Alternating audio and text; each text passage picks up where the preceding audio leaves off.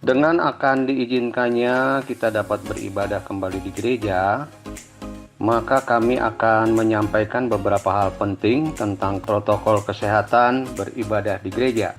Sebaiknya ibadah di gedung gereja dimulai beberapa minggu setelah pemerintah setempat mengizinkan untuk bisa kembali beribadah. Hal ini untuk memastikan bahwa kondisi sudah cukup aman dan kita bisa mempersiapkan ibadah dengan lebih baik. Kedua, melakukan protokol kesehatan yang mengacu pada panduan penanganan COVID-19 dari Kementerian Kesehatan dan instansi lain yang terkait. Sebagai berikut, datanglah ke gereja dengan berjalan kaki, menggunakan transportasi milik sendiri, atau jika menggunakan transportasi umum, jangan naik kendaraan yang sampai berdesakan.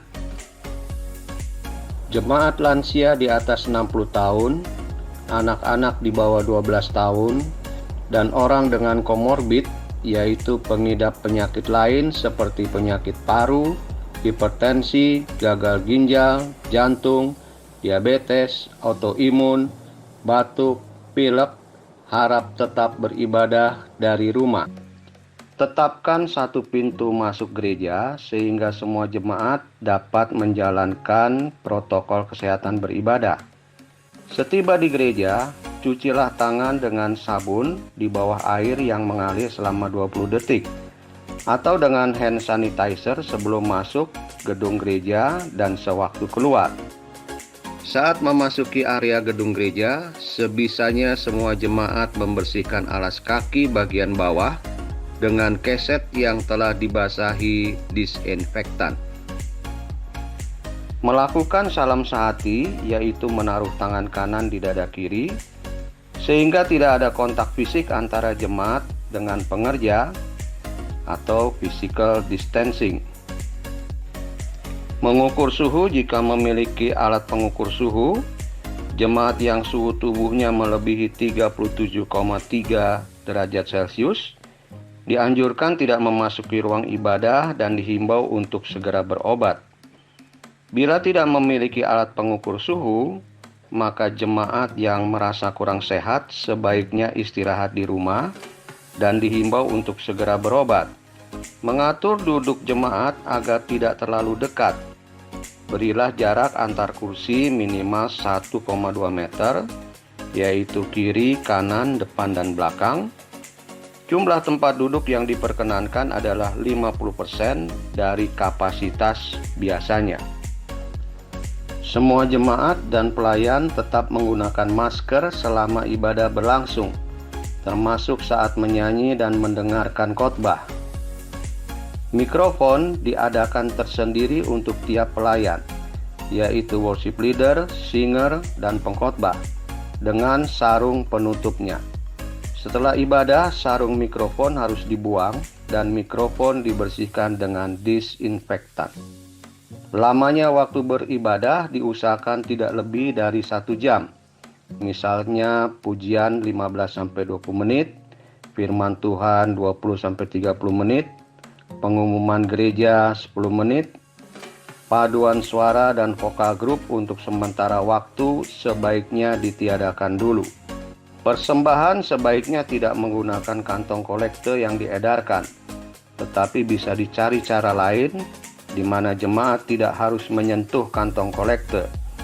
Misalnya dengan menaruh kotak persembahan di pintu gereja, dan jemaat bisa memasukkan amplop persembahan yang telah dipersiapkan dari rumah.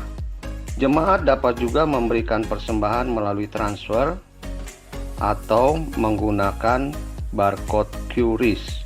Pada saat melakukan sakramen perjamuan kudus, maka nampan perjamuan kudus diedarkan oleh pelayan saja, sehingga tidak disentuh oleh jemaat. Ketika ibadah telah selesai, jemaat keluar ruangan satu persatu, jangan berdesakan, dan tetap menjaga jarak.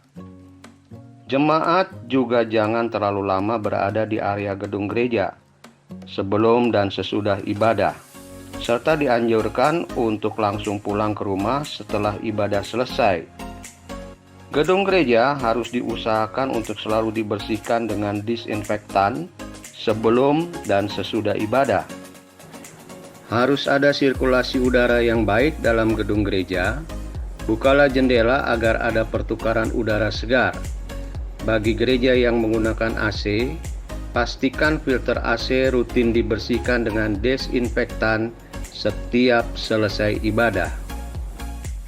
Demikian panduan ini kami sampaikan untuk menjaga kesehatan dan keselamatan jemaat kita dari pandemi COVID-19 pada saat kita mulai kembali ibadah di gereja.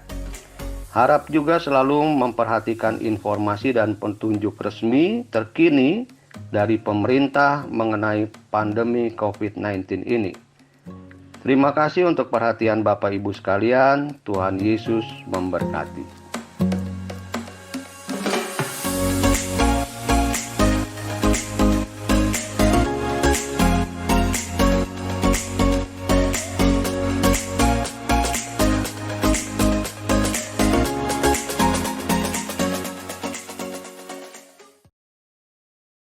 Selamat bertemu di dalam Tuhan Yesus Kristus. Tetaplah membangun mezbah doa dan tetaplah kita saling mendoakan sampai Yesus datang kembali. Tuhan memberkati saudara sekalian. Sampai bertemu.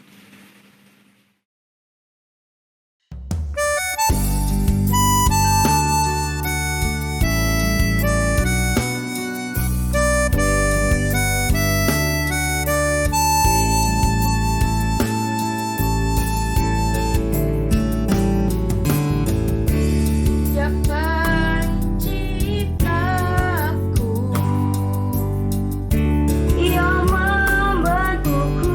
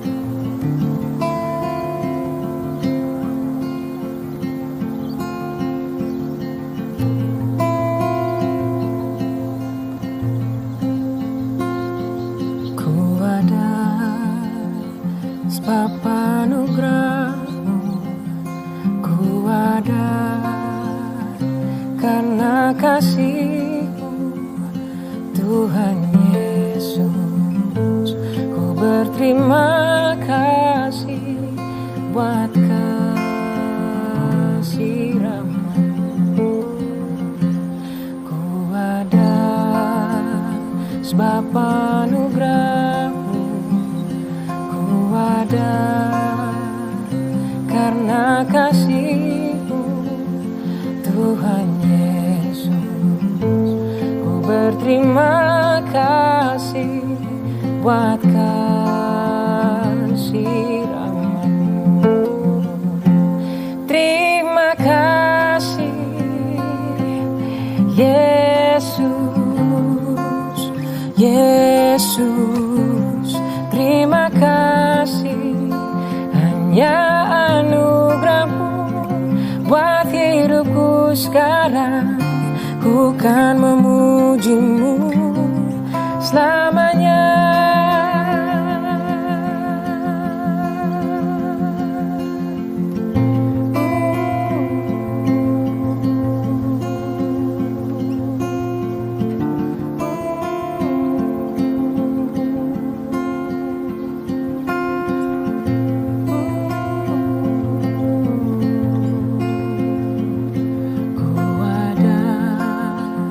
Sebab anugerah-Mu, ku ada karena kasih-Mu.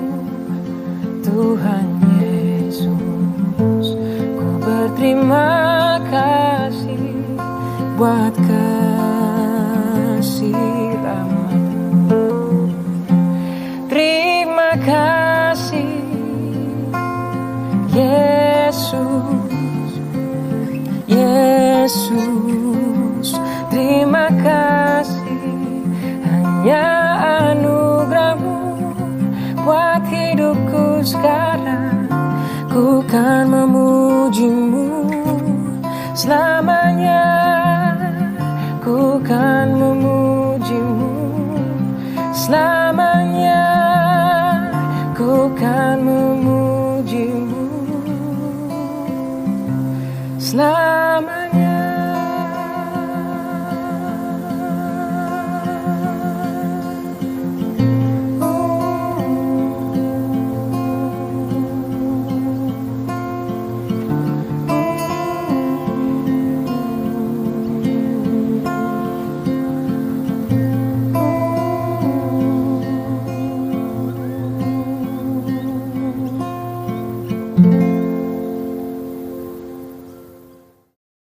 Shalom, puji Tuhan. Apa kabar Bapak Ibu Saudara yang ada di rumah saat ini? Walaupun kita saat ini dipisahkan oleh jarak yang ada, tapi kita percaya dimanapun kita berada, Tuhan ada. Amin saudara. Mari siapkan hati saudara untuk memuji dan memuliakan nama Tuhan. Kita mau meninggikan Tuhan, sebab Dia Tuhan kita yang luar biasa. Mari bersama-sama kita datang kepada Tuhan, kita mengucap syukur untuk anugerah-Nya. Pagi hari ini ya Tuhan, kami bersyukur untuk segala kebaikan dan anugerah yang Tuhan berikan di dalam kehidupan kami. Kami boleh sehat, kami boleh kuat. Itu karena anugerah Tuhan yang memelihara, menjaga hidup kami sampai saat ini Tuhan. Itu sebabnya kami bersama dengan keluarga kami datang untuk memuji dan menyembah-Mu ya Allah kami. Engkau layak menerima segala pujian dan sembah dalam hidup kami. Karena Engkau Tuhan kami yang luar biasa. Terima kasih ya Bapa yang baik. Kami meninggikan Engkau saat ini. Kami puji Engkau. Berkati kami dimanapun kami berada. Di dalam nama Tuhan Yesus Kristus. Haleluya. Haleluya. Terima kasih Tuhan. Mari siapkan hati saudara untuk menyembah Allah yang hidup. Glory, haleluya.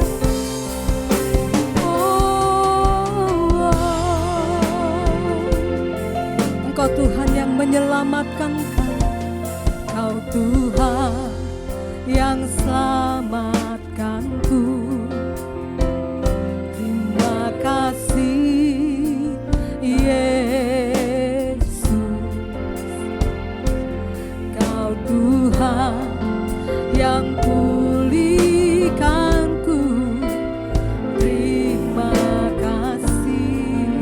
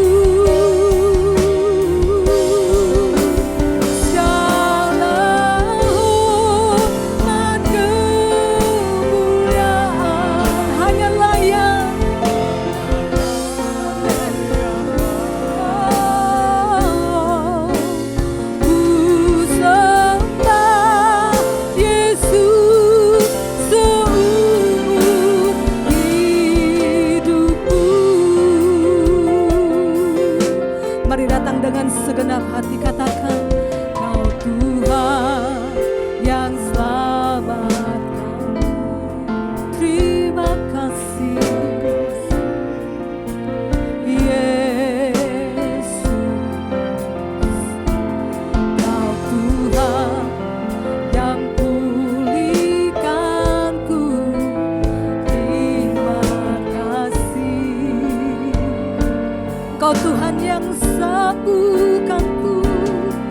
Kau Tuhan yang sembuhkanku. Terima kasih Yesus, Kau Tuhan memberkatiku. Katakan terima kasih. Segala pujian, segala pujian dan syukur hanyalah di-Mu Yesus. Dengan apakah ku balas kasih-Mu?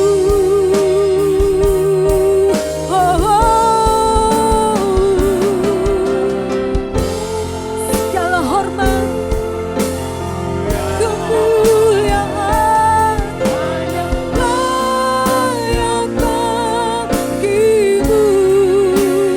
Ku sembah Yesus seumur hidupku. Mari datang bersyukur kepada Tuhan. Segala pujian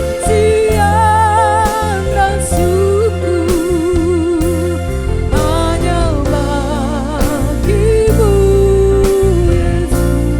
Terima kasih Tuhan, akan ku balas kasih-Mu. Segala hormat hanya layak bagi-Mu, ya bagi-Mu.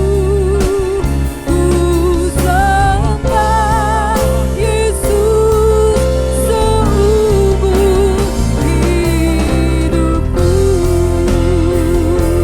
Kami sembah Kau Tuhan. Haleluya. Engkau layak menerima segala pujian kami ya Allah. Karena anugerah-Mu, karena kebaikan-Mu Tuhan. Kami boleh ada sebagaimana kami ada, karena kasih-Mu Tuhan.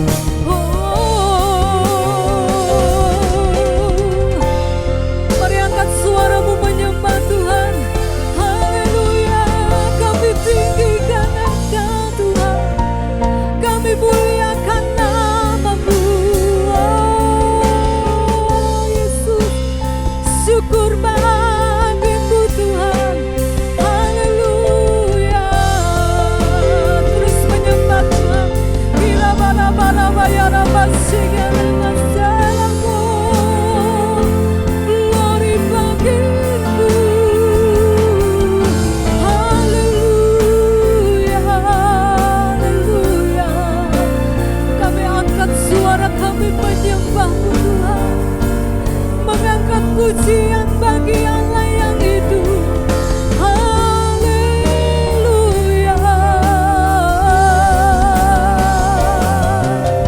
Segala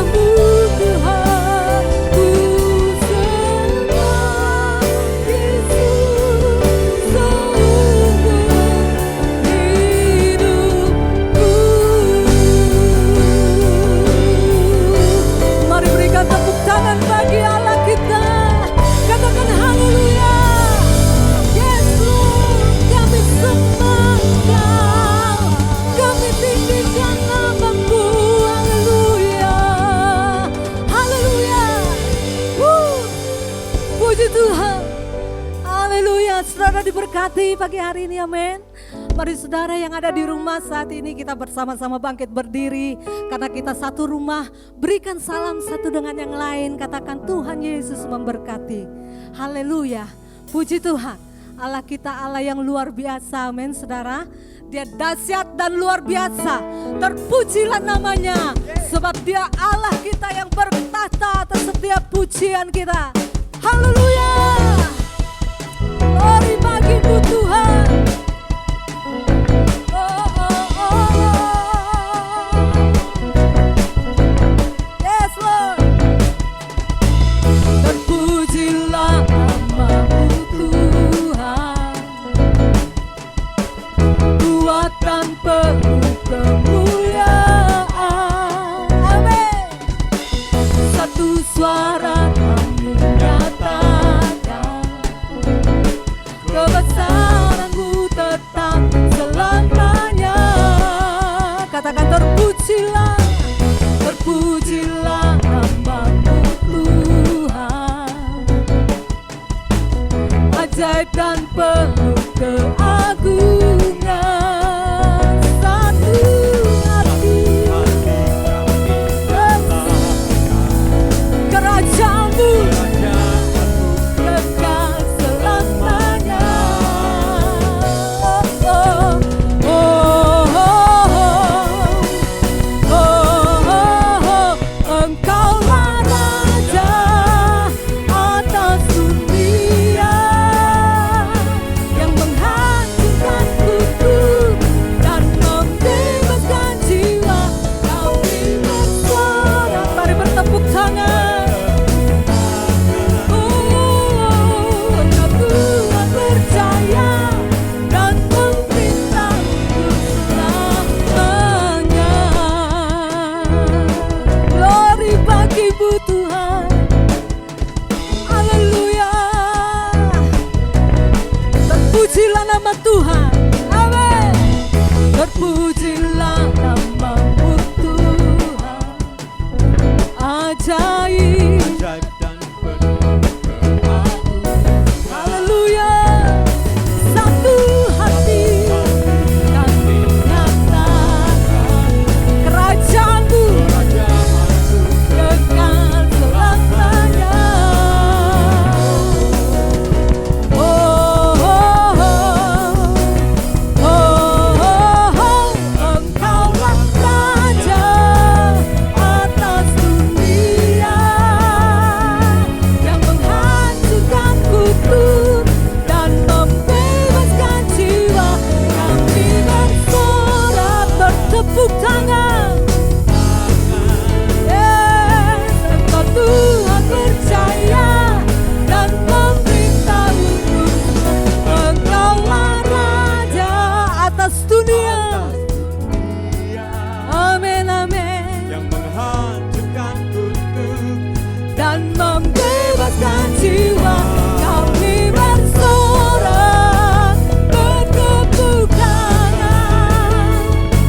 Engkau Tuhan percaya dan memerintah untuk selamanya.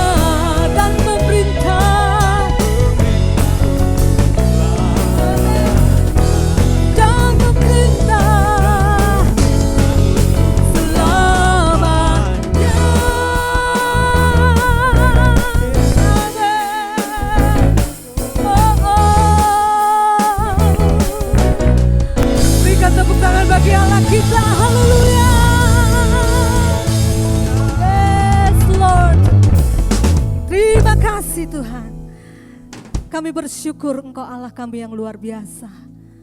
Kami percayakan hidup kami di dalam tangan-Mu ya Tuhan.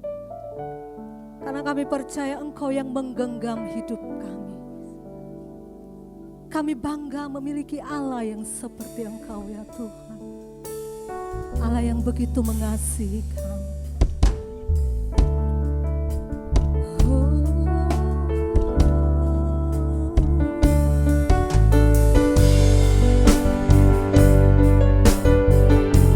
Kami nyatakan Engkau dalam hidup kami. Kami sembah di setiap nafas hidup kami Tuhan.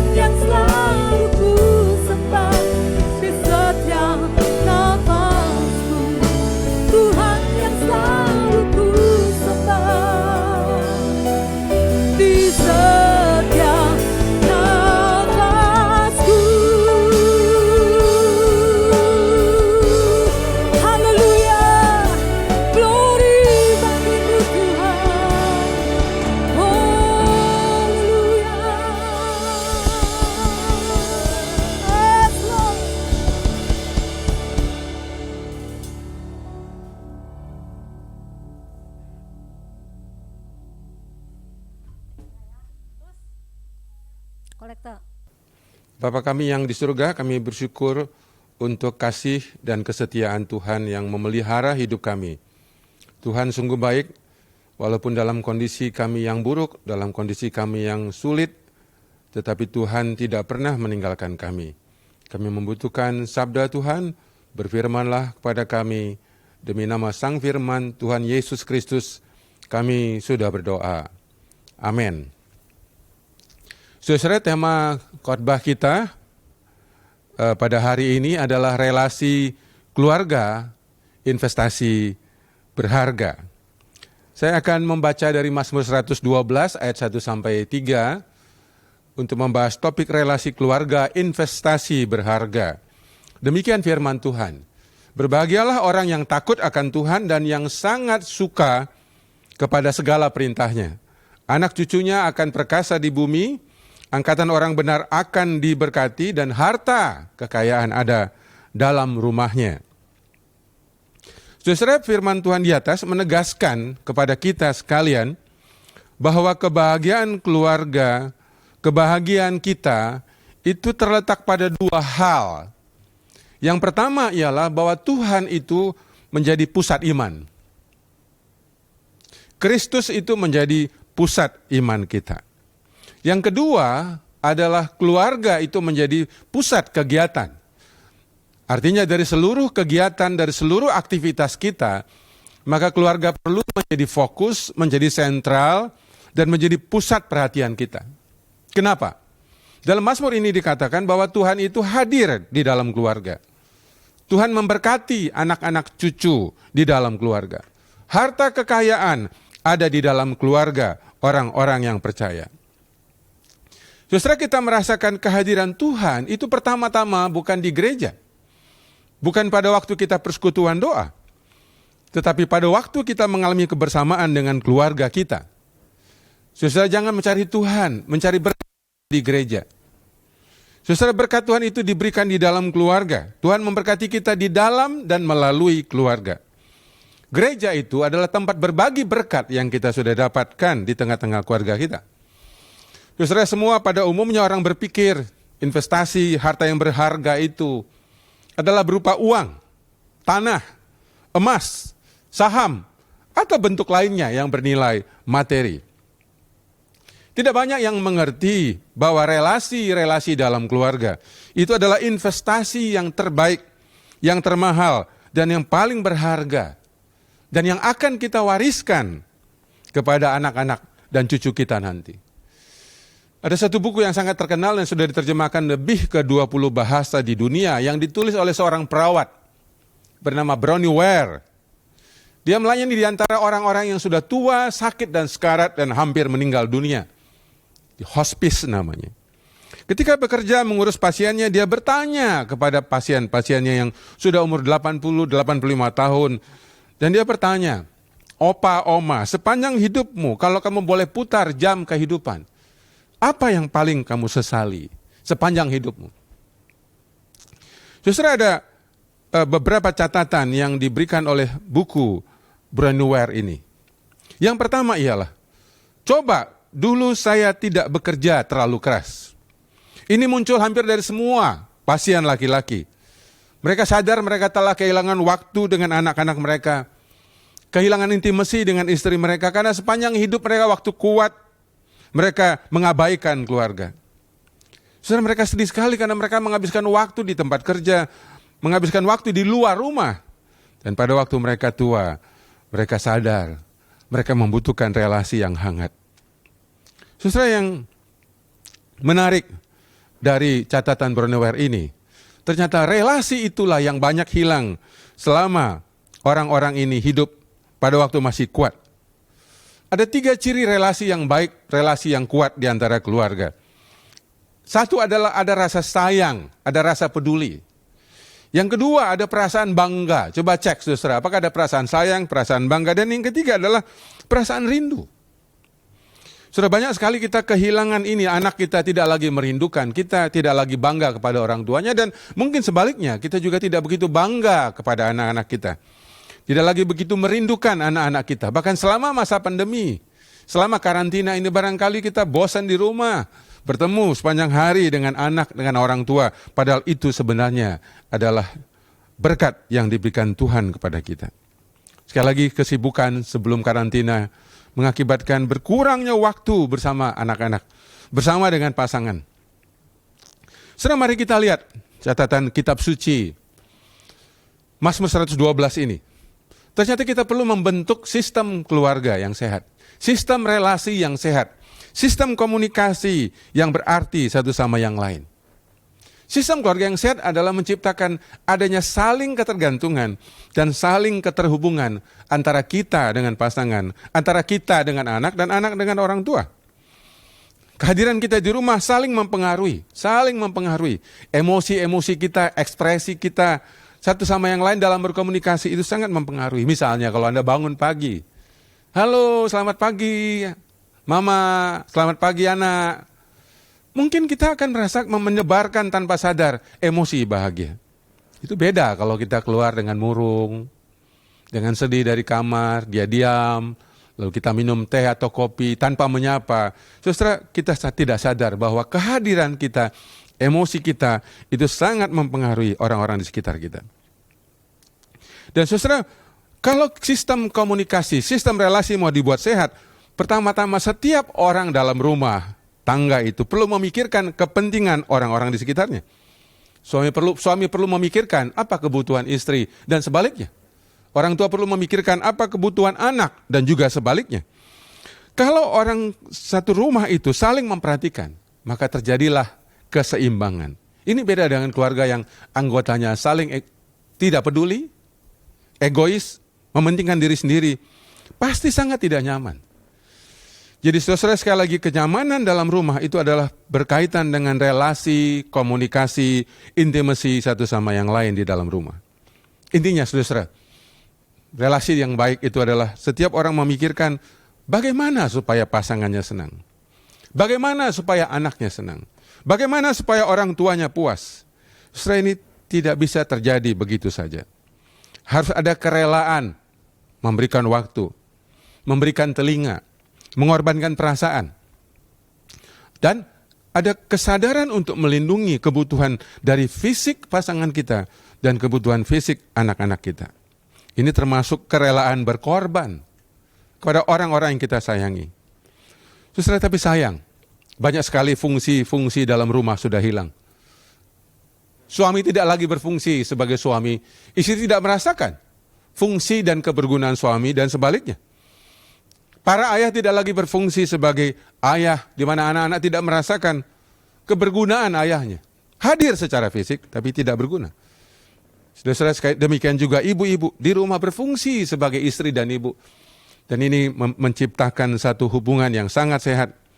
Ayah dan ibu kompak sebagai orang tua mengurus anak-anak, membimbing anak-anak, mendidik anak-anak. Dan jikalau ayah ibu berfungsi, saudara-saudara, maka jangan ajar lagi anak untuk menghormati orang tua. Itu akan otomatis. Anak akan respect, anak akan senang mendengarkan orang tua, anak senang cerita kepada orang tua. Tapi sayang, saudara-saudara, keintiman ini telah lama hilang. Kita bersyukur selama masa karantina, kita menyadari bahwa ada sesuatu yang kita dapatkan kembali. Cerita, bermain, berkomunikasi, bercanda, nonton bersama, makan bersama yang dulu sangat mewah ketika sebelum pandemi. Sekarang itu menjadi kita nikmati bersama-sama.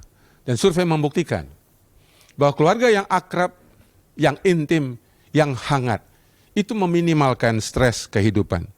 Kita lebih mudah untuk mengatasi, baik itu tekanan hidup, bahkan penyakit. Kita jauh lebih mudah untuk sembuh dari penyakit ketika kita tahu bahwa ada orang-orang yang sayang, ada orang-orang yang cinta kepada kita. Untuk itu saudara, semua kita perlu belajar untuk merawat dan mengembangkan relasi-relasi yang intim supaya hubungan kita semakin sehat. Efesus 5 misalnya ayat 28 sampai 31 menegaskan untuk para suami harus mengasihi istrinya seperti tubuhnya sendiri.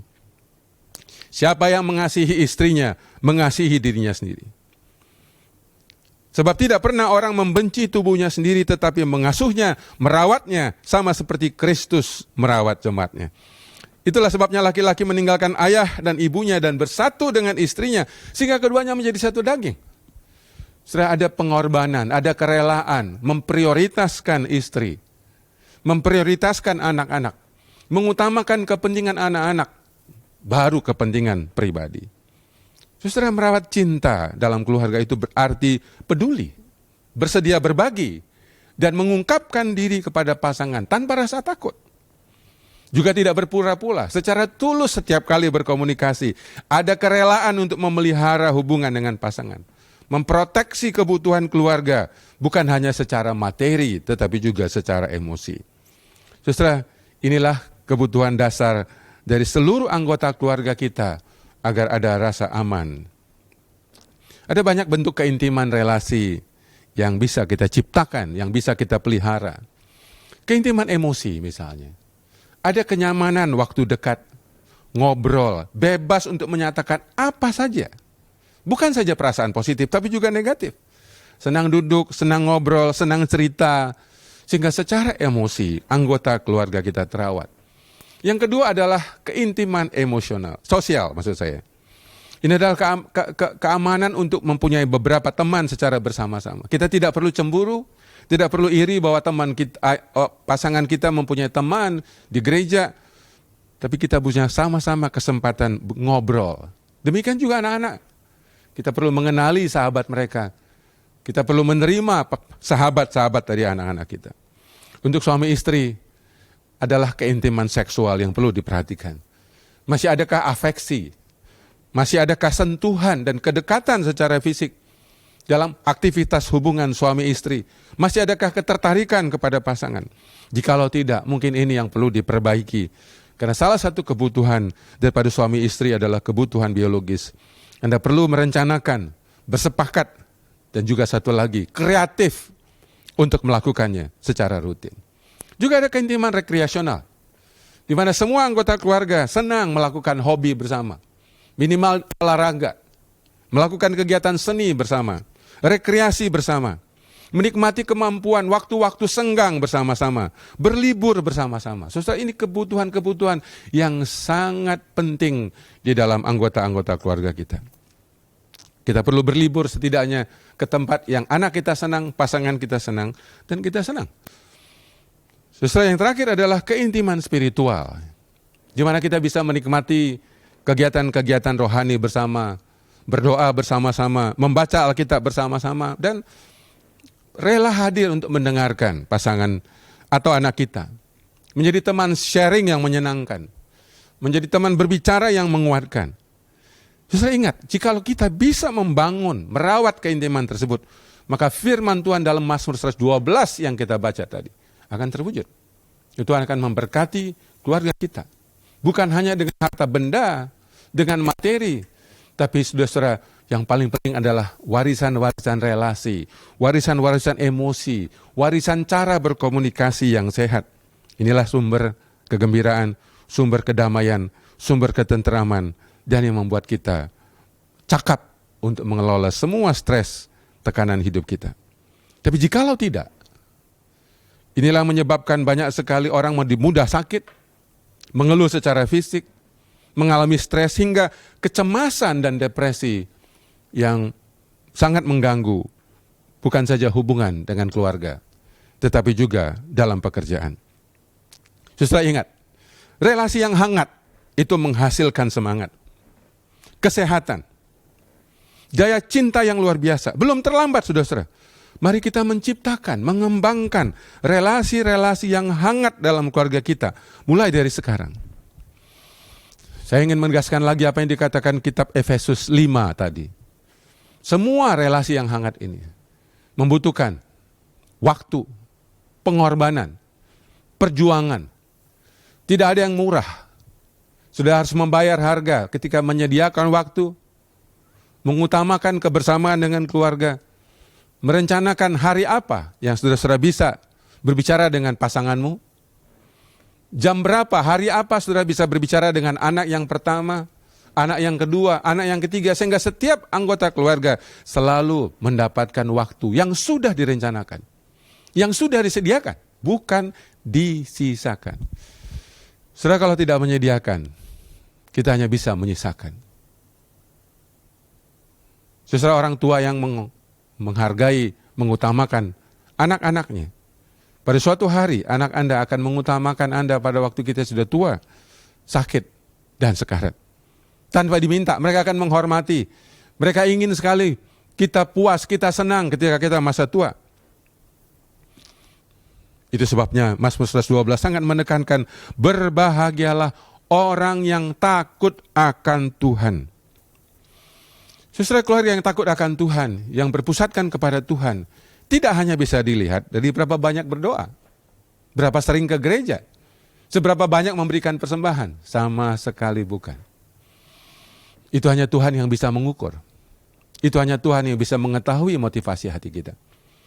Tetapi orang-orang terdekat kita bisa mengukur seberapa kita memberikan cinta kasih, waktu, berkomunikasi dengan sehat. Itu yang bisa dirasakan. Seberapa banyak kita memberikan kehadiran, contoh, dan teladan. Seberapa banyak kita bisa diakses oleh anak-anak kita. Seberapa mudah mereka menemukan, Pak, aku mau ngomong.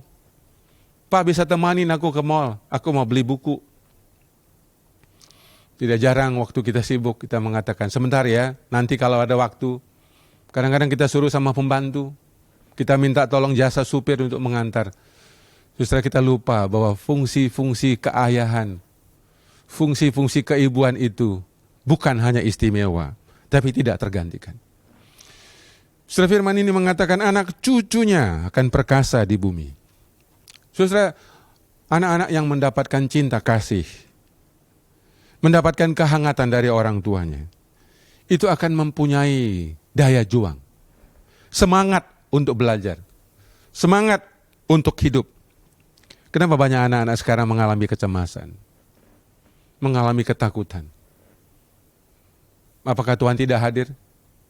Apakah mereka tidak tahu bahwa ada malaikat Tuhan yang menjaga? Tidak sama sekali. Ini disebabkan karena mereka tidak mengalami kehadiran orang tua dalam hidup mereka. Semua gejala-gejala kecemasan, ketakutan, kekhawatiran, itu bukan soal tidak melakukan aktivitas agama, atau membaca Alkitab, atau tidak ke gereja. Tetapi banyak anak-anak remaja kita mengalami kecemasan oleh karena minimnya kehadiran Tuhan, kehadiran orang tua. Minimnya keterlibatan orang tua secara emosi dalam hidup anak-anak. Sehingga anak-anak gampang sekali diserang dengan kecemasan, mengalami depresi, dan yang paling buruk adalah mulai ada pikiran untuk bunuh diri. Saudara, saya ingin sedikit bersaksi. Saya juga pernah gagal karena saya terlalu sibuk. Sebagai pembicara yang dikenal banyak orang, sebagai penulis yang dikenal, saya sering sekali pergi, setiap tahun bisa terbang 100 kali, kadang-kadang hingga 130 kali. Saya jarang sekali di rumah.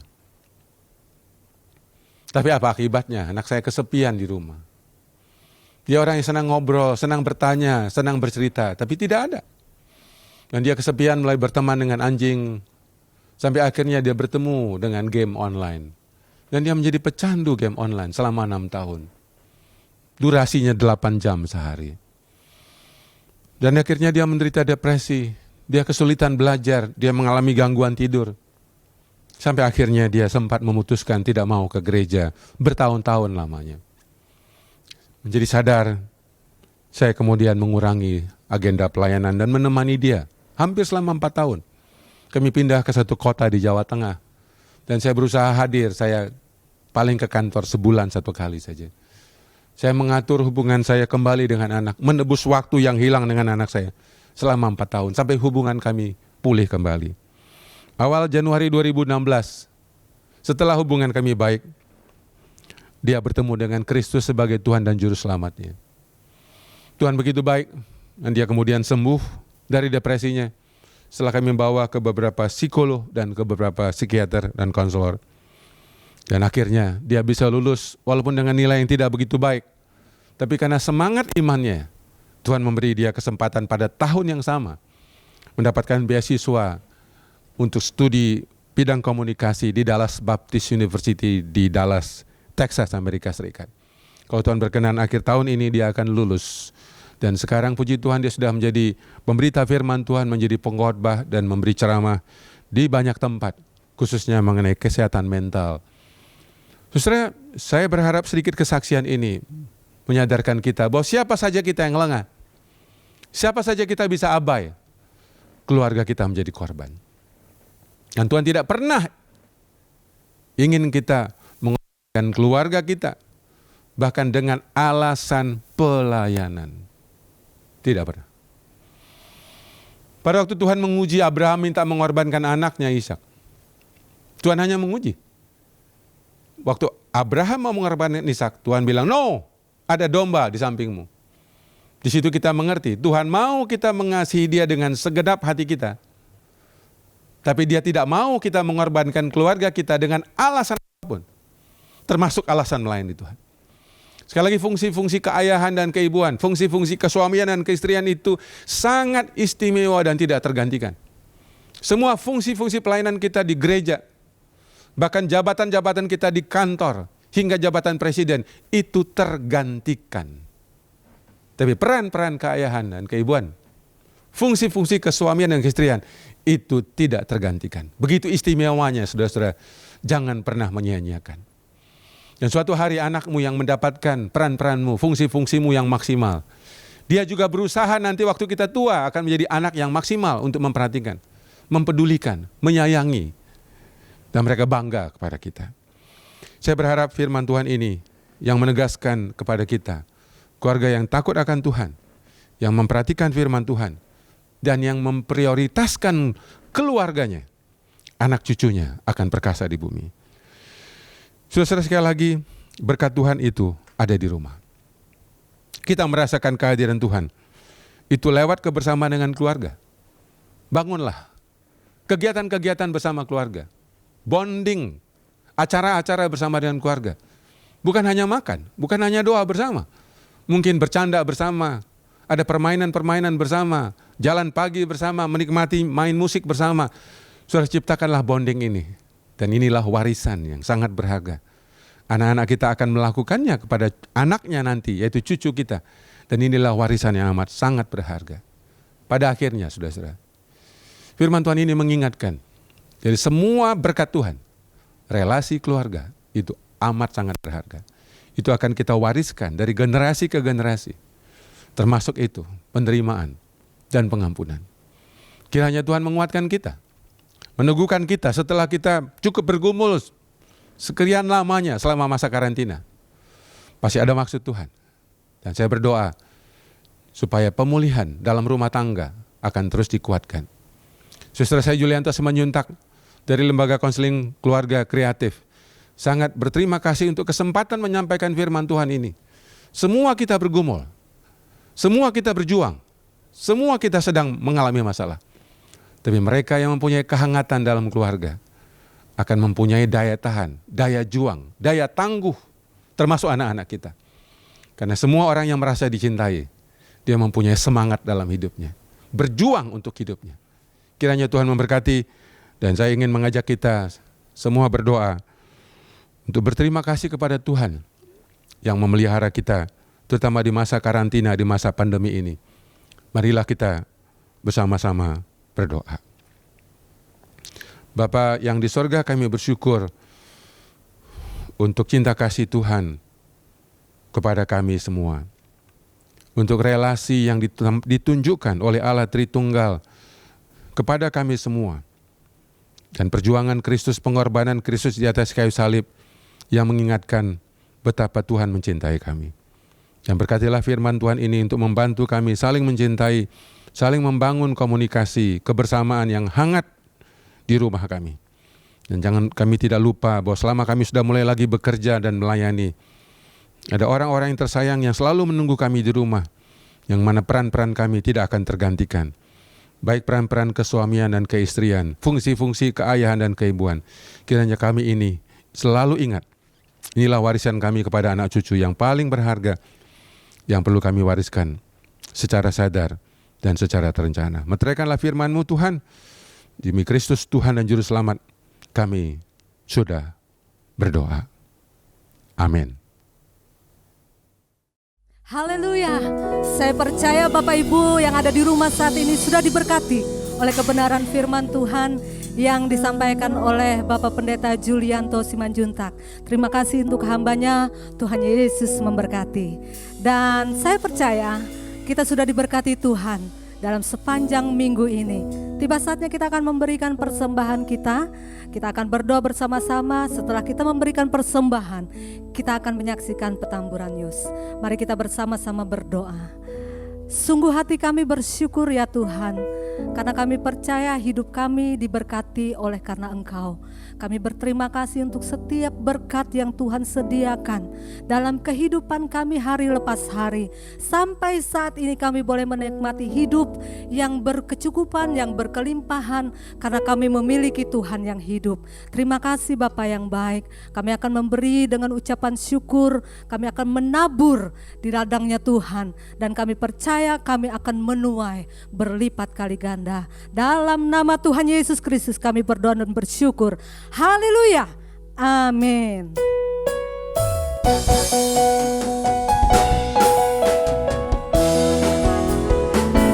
Begitu besar kasih Allah pada kita. Diberkatilah anak cucu kita di mana-mana. Tuhan mengubah miskin dan menjadikan kaya.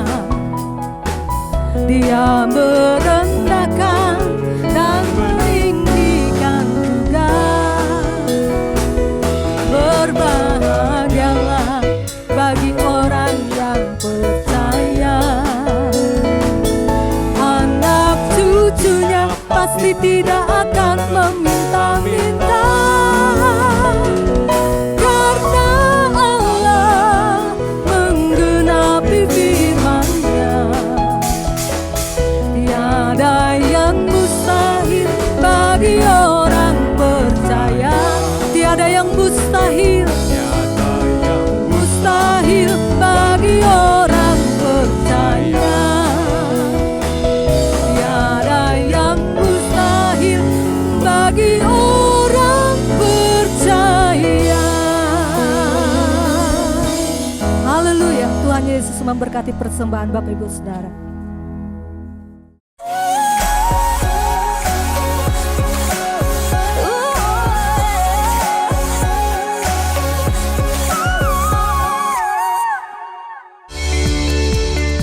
Ibadah online Minggu 28 Juni pukul 10 dengan pembicara Pendeta Poltak Sibarani. Ibadah doa Selasa 23 Juni pukul 19.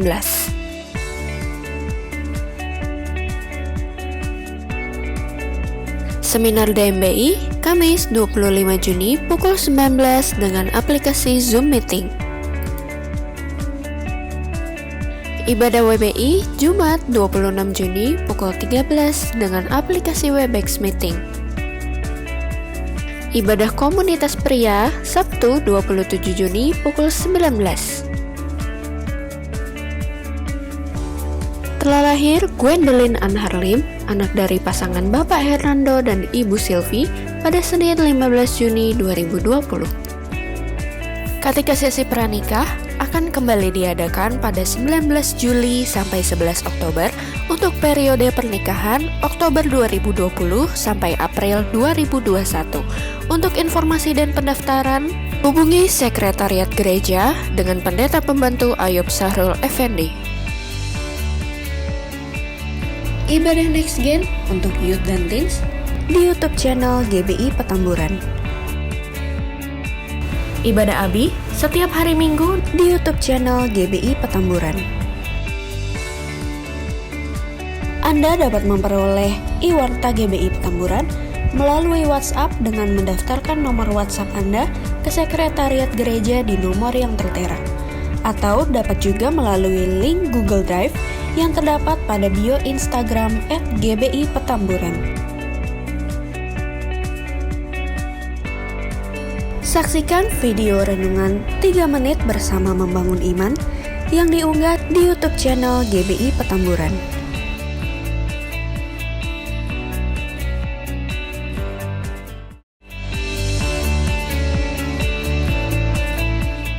Selamat ulang tahun kepada seluruh jemaat yang berulang tahun di sepanjang minggu ini, dan secara khusus kepada Pendeta Josafat Mesak, Gembala GBI Petamburan pada Kamis 25 Juni yang ke-57 tahun, dan Pendeta John Max Titali Sabtu 27 Juni yang ke-52 tahun. Kiranya anugerah Tuhan senantiasa berlimpah dalam kehidupan Anda.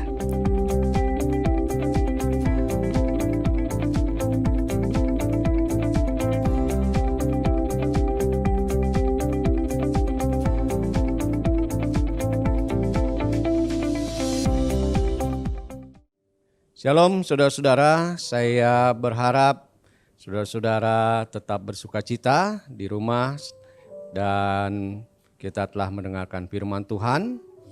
Saya yakin bahwa kita dapat menyelesaikan konflik-konflik yang ada di dalam rumah tangga kita sehingga hanya ada kasih Tuhan yang melimpah dalam kehidupan keluarga kita. Nah, Bapak Ibu sekalian, kita ini masuk dalam realita yang baru. Karena pandemi COVID ini membuat hal-hal yang tadinya tidak biasa harus kita lakukan dan menjadi kebiasaan baru. Nah, termasuk saudara-saudara dengan protokol kesehatan yang ketat.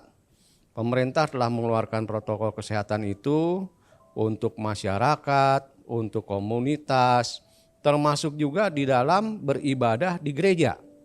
Ya, jadi protokol kesehatan ini harus dipandang sebagai sesuatu yang umum yang harus dilakukan di semua mal, pasar, ya termasuk di gereja. Karena itu saudara-saudara, saya ingin mengajak kita memperhatikan ini karena kalau Tuhan kehendaki 5 Juli kita akan mulai ibadah kembali. Kecuali kalau ada ledakan daripada penderita COVID di Jakarta dalam beberapa minggu ke depan, terpaksa kita harus undur lagi, saudara. Tapi doakan supaya semua dapat berjalan dengan baik. Nah, untuk itu saudara-saudara, ada beberapa hal yang ingin saya sampaikan. Dan hal ini jangan lalu membuat kita jadi kesal, ya, karena harus mengikuti aturan yang mungkin buat kita agak menyulitkan, ya. Jangan ngomel. Ini untuk kepentingan kita sendiri dan kepentingan seluruh jemaat. Yang pertama, saudara-saudara, kalau sudah datang nanti ke gereja, saudara harus bersihkan sepatu saudara dengan keset yang ada disinfektannya. Ya, akan disiapkan di depan gereja. Kemudian saudara cuci tangan pakai sabun selama 20 detik. Itu juga kami siapkan wastafel yang portable di depan gereja. Kemudian saudara akan diukur suhunya. Ya, yang 37 derajat, 3 ke atas sebaiknya saudara langsung berobat, ya. Nah, ini memang aturan yang dikeluarkan oleh pemerintah. Asyar kita akan memakai masker, memakai sarung tangan, ya, dan memakai penutup muka itu, face shield itu. Dan ini prosedur yang memang berlaku di semua tempat, ya. Kemudian asyar tidak akan memberikan jabatan tangan seperti biasa, tetapi hanya salam sehati saja, ya. Salam sehati seperti ini. Dan saudara juga melakukan hal yang sama. Kemudian saudara-saudara yang akan datang ke gereja, saudara harus memakai masker minimal dari kain yang 2 lapis, ya. Jangan yang 1 lapis, yang 2 lapis minimal. Kalau bisa yang 3 lapis, saudara, ya.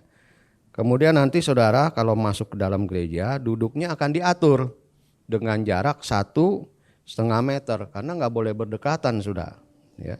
Kemudian ibadah akan berjalan singkat, nggak panjang, ya, kurang lebih ya 1 jam lah gitu, ya, seperti hari ini juga. Persembahan saudara dapat disiapkan dari rumah di dalam amplop dan dapat dimasukkan di dalam kotak persembahan waktu masuk ke dalam gereja atau waktu keluar. Jadi nanti di dalam ibadah kita itu tidak ada waktu untuk memberikan persembahan ya. Persembahan akan dilakukan waktu datang atau waktu pulang, saudara langsung masukkan di dalam kotak persembahan. Dan jikalau ada perjamuan kudus, roti dan anggur juga akan dibagikan pada waktu masuk di ibadah ya. Kemudian saudara-saudara, saya berharap waktu kita pulang selesai ibadah, jangan saling berdesakan ya. Kalau bisa ya duduk aja dulu, tunggu sebentar supaya yang lain keluar, nggak desak baru kita keluar ya. Kemudian saya himbau bagi jemaat yang sedang sakit, ada panas mungkin, ya ada sakit yang memang gampang ketularan dengan virus corona dan menyebabkan jadi berat ya, seperti penyakit jantung, ginjal, diabetes dan macam-macam itu, yang berat-berat itu sebaiknya jangan datang ya. Anda akan cepat ketularan atau di jalan ya, kita nggak tahu sudah ya. Mungkin di jalan ketemu orang yang positif sudah gampang kena ya. Kemudian saudara-saudara, pemerintah sementara ini melarang anak-anak dan lansia keluar rumah ya. Mau jalan-jalan diharapkan enggak dulu, termasuk beribadah di gereja itu ya. Jadi saudara-saudara yang lansia dapat ikut kebaktian, tetap ikut kebaktian melalui live streaming ya. Kita akan ada live streaming ibadah di tempat ini dan juga disiarkan secara langsung ke rumah saudara-saudara sekalian. Nah, jadi saudara-saudara, dengan aturan-aturan ini jangan kita itu merasa aneh ya, lalu jadi nggak mau datang ke gereja gitu ya, karena wah ini kok aturan terlalu banyak. Ya memang aturan begitu saudara dari pemerintah. Ya, jangan merasa aneh. Saudara mau pergi ke gereja manapun juga pasti aturannya sama. Pasti aturannya sama, diukur suhu, duduknya jauh-jauh. Nah, seperti itu ya. Jadi saudara-saudara, kita doa saja supaya kita dapat beribadah dengan baik tanpa ada kendala. Doakan supaya tanggal 5 Juli kita dapat mulai. Demikian yang dapat saya sampaikan. Jadi mari kita akan akhiri ibadah ini dengan satu pujian kepada Tuhan. Haleluya.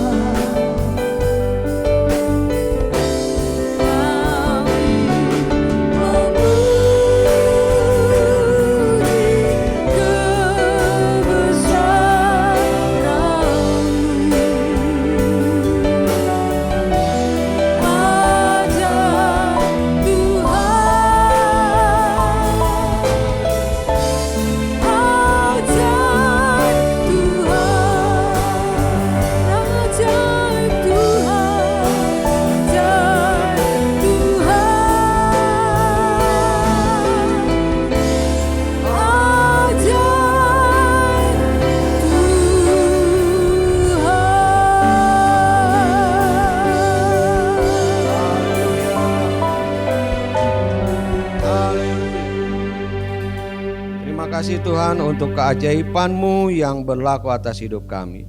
Terima kasih untuk firman-Mu yang telah kami dengar. Berkati hamba-Mu Pendeta Julianto Tuhan, dimanapun ia melayani Tuhan, menyampaikan firman Tuhan, maka nama Tuhan ditinggikan dan dimuliakan. Terima kasih Tuhan, dan biarlah keluarga kami akan menjadi keluarga yang berbahagia, keluarga harmonis, keluarga ilahi, sesuai dengan kehendak Tuhan. Terima kasih Tuhan. Kami tetap berdoa untuk negara dan bangsa ini. Biarlah Tuhan pulihkan ekonomi, pulihkan kesehatan, mampukan para pemimpin bangsa ini untuk dapat mengatur, menetapkan keputusan-keputusan yang tepat sehingga pandemi ini dapat diatasi dan dapat berlalu. Terima kasih Tuhan, terima kasih Bapa. Kami juga berdoa untuk saudara-saudara kami yang berulang tahun dalam minggu ini, kiranya berkat Tuhan terus melimpah di dalam kehidupan anak-anak-Mu yang berulang tahun. Terima kasih Tuhan, kami juga mau menyerahkan kehidupan jemaat-Mu selama 1 minggu ke depan. Kiranya Tuhan memberkati mereka dan kecukupan. Apa yang menjadi kebutuhan dasar kami Tuhan, kami percaya Tuhan akan mencukupkan kami. Terima kasih Bapa, dan perlindungan Tuhan akan nyata di atas kehidupan kami dan seluruh keluarga kami. Bapa, kami akan akhiri ibadah ini dan kami percaya tangan-Mu yang berkuasa akan terus membimbing hidup kami.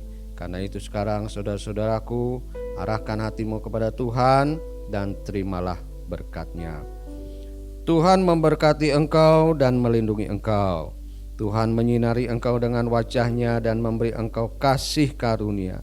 Tuhan menghadapkan wajah-Nya kepadamu dan memberi engkau damai sejahtera.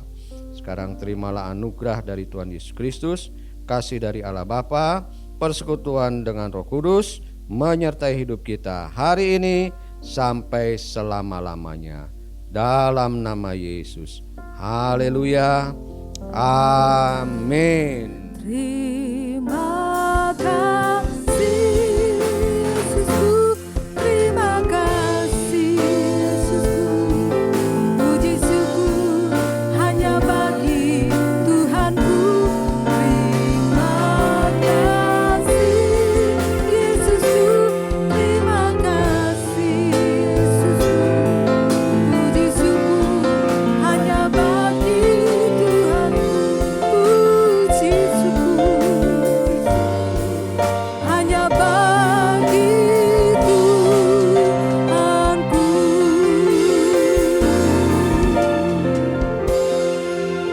Amin. Selamat hari Minggu, Tuhan Yesus memberkati kita semua. Haleluya.